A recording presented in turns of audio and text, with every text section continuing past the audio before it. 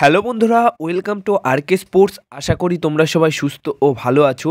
তো আজকে derby match, Kolkata derby match রয়েছে সন্ধ্যা 7:30টার সময় যুবভারতী ক্রীড়াঙ্গন থেকে। তোমরা সরাসরি এই ম্যাচটি লাইভ দেখতে পারবে এবং এই ম্যাচটি তোমরা লাইভ দেখতে পারবে জিও সিনেমা অ্যাপের মাধ্যমে। তাছাড়া ডিডি বাংলা, স্পোর্টস 18 এই সমস্ত টিভি চ্যানেলের মাধ্যমে লাইভ দেখতে পারবে।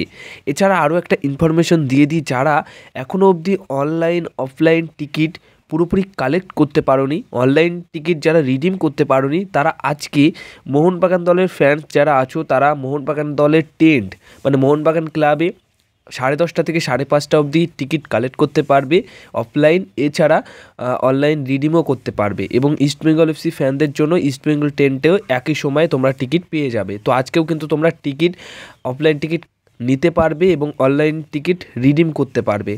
তো আজকের এই ভিডিওতে কথা বলবো মোহনবাগান দলের প্লেইং 11 নিয়ে। তো মোহনবাগান দলের প্লেইং 11 কী হতে পারে সেটা নিয়ে এই ভিডিওতে আপডেট শেয়ার করা রয়েছে। তার আগে আরও যে খুশির খবর রয়েছে সেটা হচ্ছে আনোয়ার আলী এই ম্যাচে খেলার জন্য পুরোপুরি 100% ফিট রয়েছেন এবং এই ম্যাচে খেলবে বলেই কথা রয়েছে। এবং জনি কাউকোকে নিয়ে কিন্তু দারুণ একটা খুশির খবর রয়েছে, গতকাল রাতেই পাওয়া গেছে। জনি কাউকো বর্তমান সময় দাঁড়িয়ে পুরোপুরি ফিট রয়েছেন, পুরোপুরি ফিট হয়ে গেছেন ম্যাচ খেলার জন্য। এখন সিদ্ধান্ত হাবাস নেবেন, হাবাসের উপর সব কিছু নির্ভর করছে যে হাবাস জনি কাউকোকে রেজিস্টার করাবে নাকি করাবে না। মানে কোনো বিদেশিকে তো আনরেজিস্টার করাতে হবে, তো সেই বিদেশিটা কে হতে পারে এবং কার বদলে জনি কাউকোকে রেজিস্টার করানো হতে পারে, সেই সমস্ত সিদ্ধান্ত কিন্তু নেবেন হাবাস। তাই আমরা জনি কাউকোকে তখনই খেলতে দেখতে পারবো যখন হাবাসের মন চাইবে, হাবাস যখন এই সিদ্ধান্ত নেবে যে হ্যাঁ এখন জনি কাউকে রেজিস্টার করানো হবে। তো জনি কাউকো তার আগে এখনও অবধি পুরোপুরি ফিট রয়েছে, ইচ্ছা করলে ডার্বি ম্যাচেও খেলার মতো তিনি ফিট আছেন যেটুকু খবর পেয়েছি। তো সব মিলিয়ে আজকের ম্যাচের জন্য যে প্লেইং 11টা রয়েছে মোহনবাগান দলে, সেখানে ফরমেশন থাকছে 4-2-3-1। 4-2-3-1 ফরমেশনে গোলকিপারে খেলবেন বিশাল কাইত। চারটের যে ডিফেন্ডার রয়েছে সেই ডিফেন্স কিন্তু মোহনবাগানের এবার সেরা ডিফেন্স, শক্তিশালী ডিফেন্স এই ডার্বি ম্যাচে এবং অন্যান্য ম্যাচেও হতে চলেছে।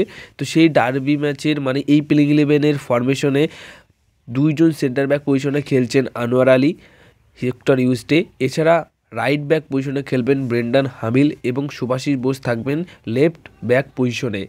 এবার মাঝমাঠে যে দুজন থাকছে মানে তিনজন প্লেয়ার, দীপক টাংরি এবং থাপা দুজন একসাথে সেন্টার মিডফিল্ড এবং সেন্টার ডিফেন্সিভ মিডফিল্ডের যে জায়গা সেই জায়গাতে খেলবেন এবং অ্যাটাকিং মিডফিল্ড পজিশনে খেলবেন সাহাল আব্দুল সামাদ। এছাড়া একদম ওপরের দিকে লেফট উইঙ্গার বা লেফট মিডফিল্ড পজিশনে থাকবেন হুগো বুমোস। আমরা হুগো বুমোসকে পুরো মাঠ জুড়েই খেলতে দেখতে পারবো। হুগো বুমোস সাহালের যে জুটিটা সেটা কিন্তু এই ম্যাচে তোমরা দেখতে পারবে। আর হুগো বুমোস সেই অনুযায়ী লেফট মিডফিল্ডার বা লেফট উইঙ্গার হিসেবে শুরু করবেন, তারপর তিনি বিভিন্ন রকম পজিশন পরিবর্তন করবেন এবং মানবীর সিং থাকবেন রাইট উইঙ্গার পজিশনে। আর একা স্ট্রাইকার, সিঙ্গেল স্ট্রাইকারে খেলবেন ডিমিট্রি পেট্রাডাস। জ্যাসন কামিংস এবং আরমান্দো সাদিকিও এই ম্যাচে পরে থেকে শুরু করার সম্ভাবনাই বেশি রয়েছে। আর আমার মনে হয় যে দিমিত্রি পেট্রাডাসকেই প্রথম থেকে শুরু করানো দরকার অ্যাজ এ স্ট্রাইকার হিসেবে, কারণ তিনি অ্যাজ এ স্ট্রাইকার হিসেবে এর আগের বছরও ভালো পারফরমেন্স করেছে। তো তিনি খেলতে পারেন সিঙ্গেল স্ট্রাইকারে, তো তাকে কেন ইউজ করবে না এইভাবে? কারণ আরমান্দো সাদিকিও, জ্যাসন কামিন্স কোনোরকমভাবে ভালো খেলতে পারছে না, যেখানে দিমিত্রি পেট্রাডাসের মতো স্ট্রাইকার, মিডফিল্ডার যেটাই বলো তিনি আছেন খেলার জন্য, তাহলে তাকেই খেলানো উচিত। তো 4-2-3-1 ফরমেশনে এরকমই একটা প্লেইং 11 কোচ হাবাস আজকে ইস্টবেঙ্গল এফসি দলের এগেনস্টে নামাতে চলেছে। তো আজকের এই ডার্বি ম্যাচে কি কামব্যাক করতে পারবে মোহনবাগান দল? কোন দল এই ম্যাচ জিতবে? আইএসএলের প্রথম ডার্বি ম্যাচ। অবশ্যই তোমরা সেটা কমেন্ট বক্সে তোমাদের মতামতটা শেয়ার করো। এই ছিল আজকের ভিডিও। যদি এই ভিডিওটা ভালো লেগে থাকে তাহলে ভিডিওতে লাইক, শেয়ার, কমেন্ট করো আর চ্যানেলটিকে তোমরা সাবস্ক্রাইব করে নিও।